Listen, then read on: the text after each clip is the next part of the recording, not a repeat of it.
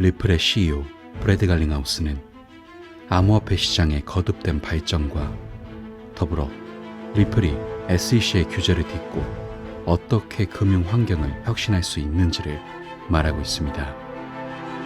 그가 말하는 2024년이 기대되는 이유. 핵심은 이것입니다. The Securities and Exchange Commission approved spot Bitcoin ETFs for U.S. public trading last Thursday.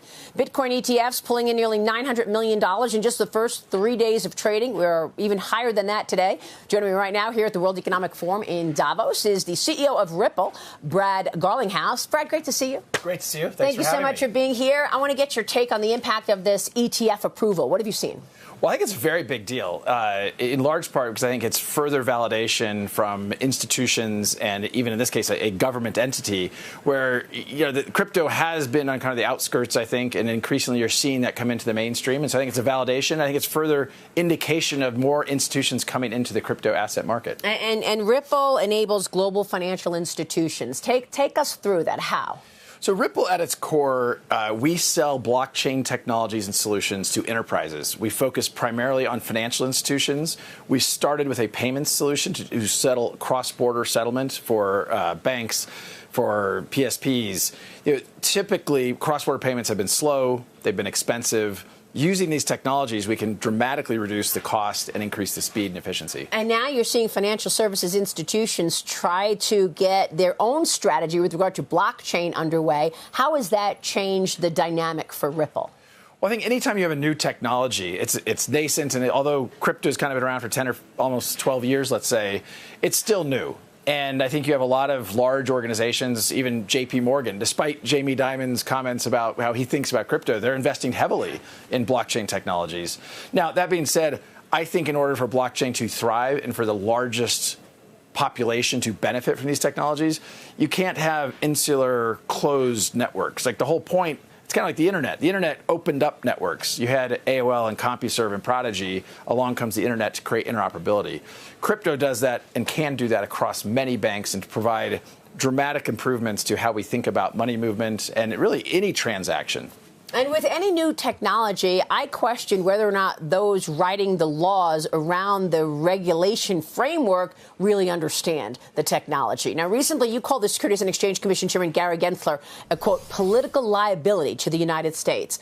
You said he's acting in the interests of citizenry or the long-term growth of the economy, that he's not acting on behalf of customers and users. Tell us more. Well, look, I think Gary Gensler has prioritized hiring more lawyers to litigate the industry. And this is often described as, or kind of regulation through enforcement. If we just took the time to codify rules of the road, most of the industry in crypto wants to follow the rules of the road. Countries around the world have leaned in. Even the European Union, 27 countries in the European Union have come together to create a construct for how crypto should be regulated. In the United States, we haven't done this work. And it's frustrating. And I think, I guess yesterday there was a court hearing between Coinbase and the SEC.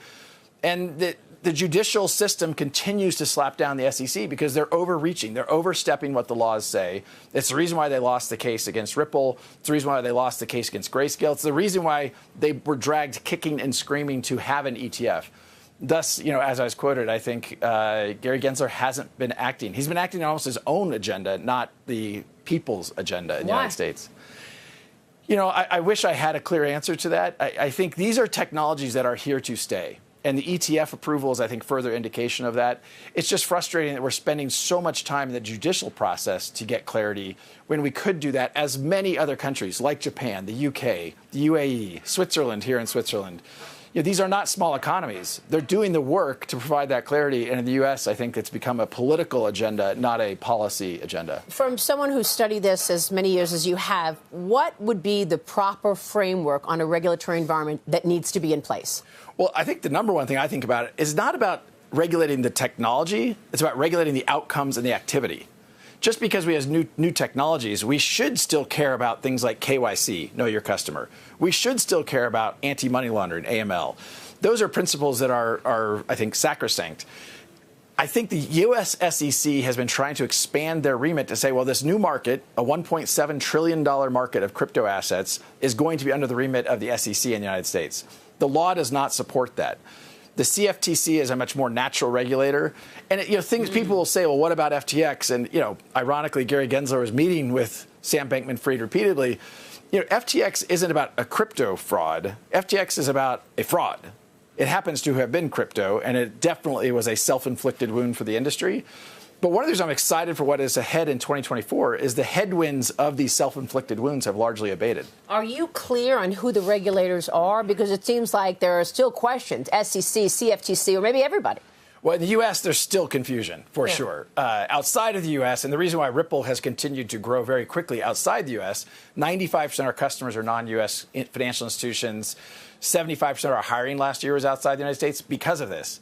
But yet, if you go back to the earliest days of the Internet, the U.S. did the work and provided clarity of how the Internet would be regulated. And the Internet today is, on a geopolitical basis, has benefited the United States more than any other country. It's a great point. I want to get your take on what the CEO of Circle said. He says he sees a strong chance that the U.S. passes laws for stablecoin issues this year. Brad, tell us about the stablecoin and the potential looming regulation there.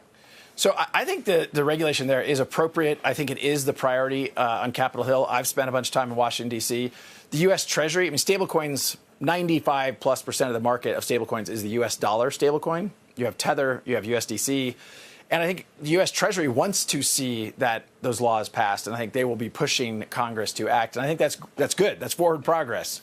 There are new dynamics of what stablecoins mean to financial kind of settlement. And so I think the CEO, Jeremy Allaire of Circle, is correct that that'll probably happen in the first half of this year. Piece in the Journal this morning on how China's crypto traders are evading the rules there.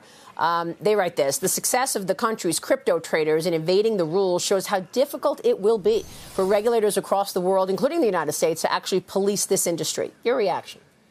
I think there are elements of that with any new technology. There's obviously the Great Firewall of China is something that has people have sought to circumvent, evade within China for probably a decade or two.